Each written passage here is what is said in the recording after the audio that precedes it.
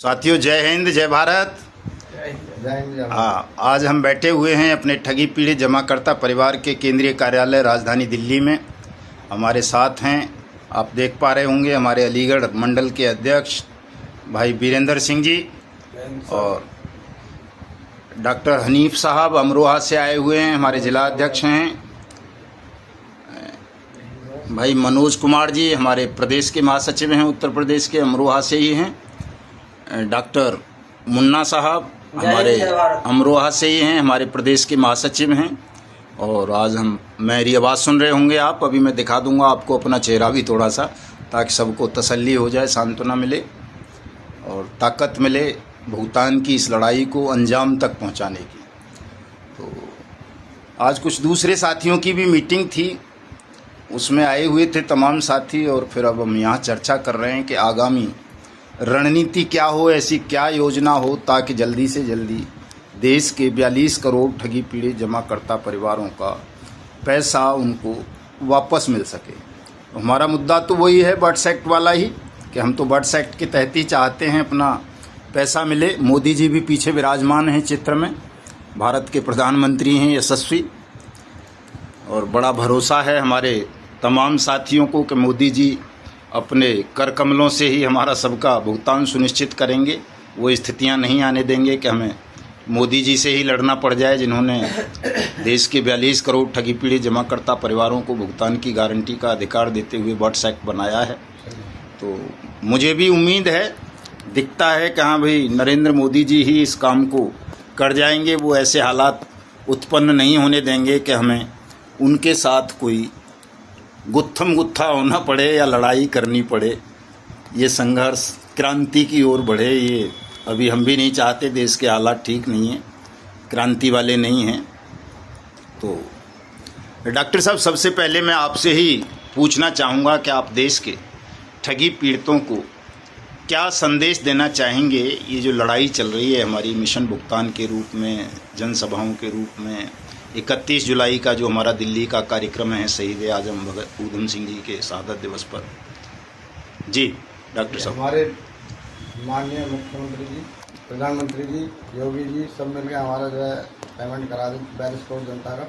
हमें यही है कि इसी उम्मीद में सबको लगे हुए हैं कि हमारे पूरी 42 करोड़ ठगी पीड़ितों का पेमेंट हो जाए और हम खुशहाल रहें, बस हम यही चाहते हैं। जी, क्या क्या परेशानियां उठानी पड़ रही हैं डॉक्टर साहब? सब परेशानी तो बहुत ज़्यादा है, सब एजेंट लोग सब परेशान है। जनता आती है, कहती है हमारा पैसा कम मिल रहा है, पैसा कम मिल रहा है, जबकि सबके पैसे वैसे जो बॉन्ड वगैरह थे सब उनके पास जमा है और सब मतलब यानी 5-10 साल हो चुके लगभग जी, 10 साल से परेशान है सब। किसी की शादी रुकी हुई है, किसी का मकान रुका है, किसी का पढ़ाई रुकी हुई है, किसी बच्चे की कोई ये परेशानी कर लेंगे जी। तो आगे का क्या प्लान है डॉक्टर साहब? मान लो बाय द वे सरकार नहीं सुनती है, इस कानून की भी अनुपालना नहीं हो पाती है, तो फिर हमें क्या करना चाहिए?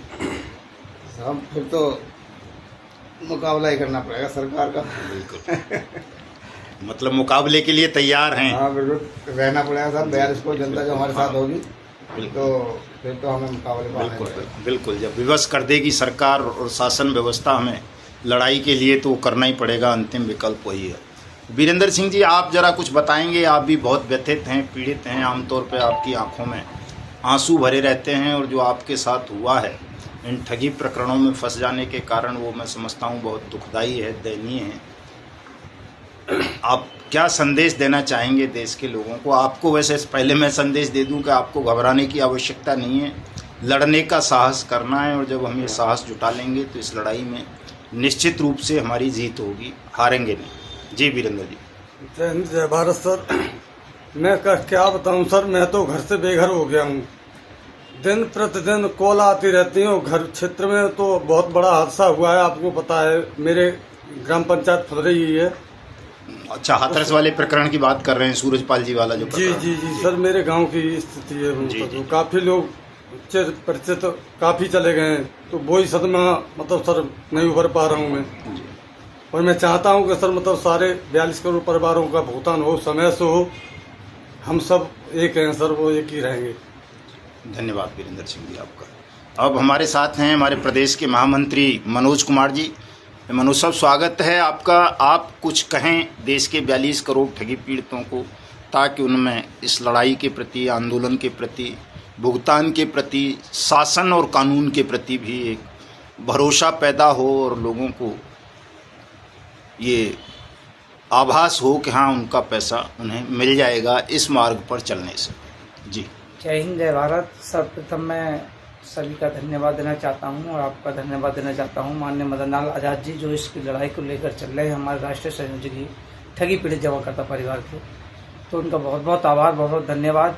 ये सारी जनता बहुत दुखी, बहुत परेशान थी 2 वर्षों से, जब से हमारे माननीय मदन लाल जी ने इस लड़ाई को लड़ा है, आगे लेके चले हैं, तो जब से लोगों ने राहत महसूस की है। और बाकी तो पहले तो बहुत नरकीय ज़िंदगी जी रहे थे एजेंट लोग, हमारे साथी लोग बहुत परेशान थे, उनके साथ बहुत उन्हें प्रताड़ित किया जा रहा था। जब आपका मार्गदर्शक मिला तो उन लोगों को एक राहत महसूस मिली, उन्हें लगा कि हमें एक मसीहा या मार्गदर्शक हमें मिला है। अब हमें उस भुगतान की उम्मीद जाग चुकी है, नहीं तो इस भुगतान को तो लोग भूल चुके थे। लड़ाई तो संघर्ष 10 साल से बराबर चल रहा था, लेकिन भुगतान की उम्मीद को छोड़ चुके थे। लेकिन माननीय मदन लाल आज़ाद जी के संघर्ष से अब हमें उम्मीद जगी है कि हाँ, भी पैसा हम लेके रहेंगे। जी बिल्कुल, आपकी विश्वास की लाज रखें। परमात्मा, कुदरत, प्रकृति जो भी हैं, नारायण, अब तो नारायण नाम में वैसे थोड़ा डर लगने लगा है, चूँकि नारायण साकार आदि वाला प्रकरण चल रहा है, लेकिन नारायण तो नारायण हैं, वो ज़रूर आपके और हम सबके भरोसे की लाज रखेंगे साहब, और सबका भुगतान होगा। अब हमारे सामने डॉक्टर मुन्ना अमरोही साहब हैं, हमारे अमरोहा से ही, हमारे प्रदेश महामंत्री और बड़े संघर्षशील जुझारू साथी हैं। ठगी पीड़ित जमाकर्ता परिवार बन जाने के से पहले भी पिछले 10 वर्षों से लगातार वो PACL पल्स पीड़ितों के लिए संघर्ष कर रहे हैं तमाम साथी। तो डॉक्टर साहब, मैं आपसे जानना चाहूँगा कि थोड़ा सा अपना और दूसरे साथियों का दुख दर्द भी बताएं और उनका मार्गदर्शन भी करें कि कैसे हम इस लड़ाई को जीत सकते हैं। जय हिंद, जय भारत। सभी साथियों का मैं धन्यवाद, स्वागत करता हूं, अभिनंदन करता हूं, और माननीय मदन लाल जी का भी मैं हार्दिक अभिनंदन करता हूं। साथियों, जब से हमें मदन लाल सर जी का साथ मिला है, तब से हम बहुत जो हैं सही मार्गदर्शन मिल रहा है हमें। और मैं सबसे यही निवेदन करूंगा, हाथ जोड़ कर निवेदन करता हूं कि इनके बताए हुए रास्ते पर चले, क्योंकि जब से इन्होंने हमें मार्गदर्शन दिया है, तब से ना किसी एजेंट पे कोई FIR हो रही है, ना कुछ हो रहा है। और उससे पहले जो था, हम दर की ठोकरें खा रहे थे, हम पे भी FIR 2 बार हो चुकी थी। लेकिन जब से हमें इनका साथ मिला है, तो हमें उम्मीद जगी है हमने 42 करोड़ ठगी पीड़ितों को कि हमें पैसा वापस मिल जाएगा। और अगर किसी कारणवश पैसा हमें सरकार नहीं देती है, तो अगर सरकार हमें विवश करती है, तो हम फिर आमने सामने की टक्कर पर तैयार रहेंगे, लड़ाई लड़ने के लिए तैयार रहेंगे, और हम अपना पैसा लेकर रहेंगे। जी, जय हिंद, जय भारत। धन्यवाद डॉक्टर साहब आपका। तो सुना आपने साथियों। मनोज जी, जरा आप पकड़ लें मोबाइल और मुझे दिखा दें साथियों को, ताकि सबको मैं भी दिखूं। साथियों, हमारी ये जो लड़ाई थी ठगी पीड़ित जमाकर्ता परिवारों को, देश के 42 करोड़ निवेशकों को, और साथ साथ 1.5 से 2 करोड़ अपने तमाम एजेंट साथियों को न्याय दिलाने की, उनको सुरक्षा दिलाने की, उन्हें अपमान से, शोषण से, उत्पीड़न से बचाने की बहुत विकट लड़ाई थी ये साथियों, इतनी सरल नहीं थी। अब से पूर्व के जितने भी इतिहास आप उठा करके देखेंगे, वहाँ बहुत सारे महापुरुष, महात्मा, नेता, लीडर आए दुनिया में, और उन्होंने किसी न किसी तबके के लिए लड़ाई लड़ी। लेकिन उन तमाम समुदायों में ऐसा कोई समुदाय नहीं था जिन विकट हालातों से हमारे देश के ठगी पीड़ित परिवार, खासतौर से एजेंट साथी गुजरे हैं। भय, एक भयभीत जीवन हमारे तमाम साथी जी रहे थे। थोड़ा थोड़ा अब उस भय से बाहर आए हैं, उभरे हैं, चूँकि WhatsApp बन गया है उनकी सुरक्षा के लिए, उनके भुगतान की गारंटी के लिए। थोड़ा सा भय उनका दूर हुआ है। लेकिन इस भय की अगर हम व्याख्या करें, तो सबसे पहले तो हमारे एजेंट साथियों को अपने निवेशकों से भय लगने लगा था कि अब उनका पैसा हम कहाँ से देंगे, कैसे देंगे। कंपनियां डूब गई हैं, कुछ भाग गई हैं। 3 लाख कंपनी सरकार ने बैन कर दी हैं। तो निवेशकों का भय। फिर तमाम साथियों ने निवेशकों को, जो दबंग टाइप के निवेशक थे, उन्होंने दबंगता दिखा दिखा करके मुकदमे भी दर्ज कराए, तो उसकी वजह से पुलिस का भय हो गया।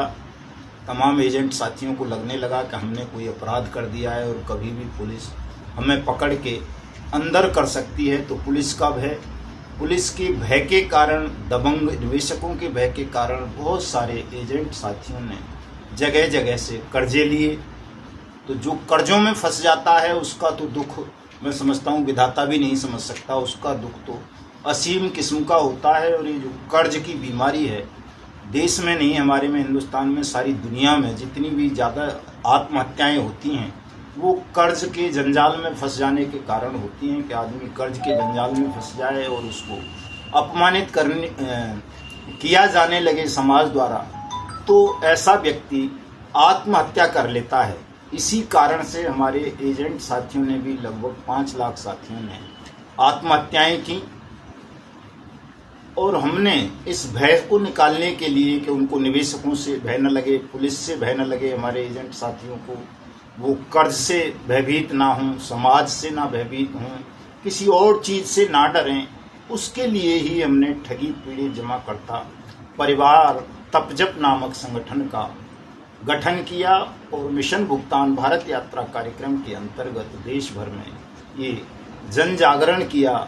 जागरूकता शिविरों के माध्यम से, ज्ञापन के माध्यम से, सत्याग्रह, धरना, प्रदर्शन, प्रेस कॉन्फ्रेंस इत्यादि के माध्यम से कि साथियों अब आपको किसी से भी डरने की ज़रूरत नहीं है, चूँकि आपके भुगतान के लिए सरकार ने और एजेंट साथियों को सुरक्षा देने के लिए अनियमित जमा योजनाएं पाबंदी अधिनियम 2019 बना दिया है। और जैसे जैसे इस कानून का हमने प्रचार प्रसार किया, लगभग 20 राज्यों में भुगतान पटलों की स्थापना हुई, भुगतान के आवेदन लिए जाने लगे, तो साथियों के मन से डर कुछ दूर हुआ और उनमें एक साहस का, शक्ति का संचार हुआ।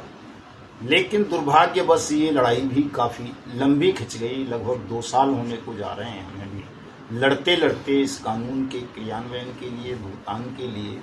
उतनी सफलता, उतनी क्या कहें, चूँकि हमारा देश तो जल्दबाजों का देश है, यहाँ संयम बहुत कम लोगों में होता है, जिसका उदाहरण आपने हाल ही में देखा ही है। 2 जुलाई को, 2 जुलाई का हमारा बहुत बड़ा कार्यक्रम भी था, राष्ट्रव्यापी कार्यक्रम था, लेकिन वो पूरा एक तरह से जो है दब गया, चूँकि हाथरस में हमारे पड़ोसी ज़िले में ही एक ऐसा प्रकरण हो गया। और वो ज़्यादातर जल्दबाजी के ही कारण हुआ। अगर लोग सावधान होते, जल्दबाजी नहीं करते, तो जिन धूर्तों ने ये षड्यंत्र रचा हाथरस प्रकरण का, वो अपने षड्यंत्र में शायद सफल नहीं हो पाते, लेकिन वो सफल हो गए केवल इस वजह से कि हमारे तमाम लोग जल्दबाजी का शिकार होते हैं। यही स्थिति हमारे एजेंट साथियों की भी है। तो साथियों, मैं कहना ये चाहता हूँ कि आप इस जल्दबाजी के चक्कर से थोड़ा बाहर निकलें। लड़ाई बहुत विकट थी, सरल नहीं थी।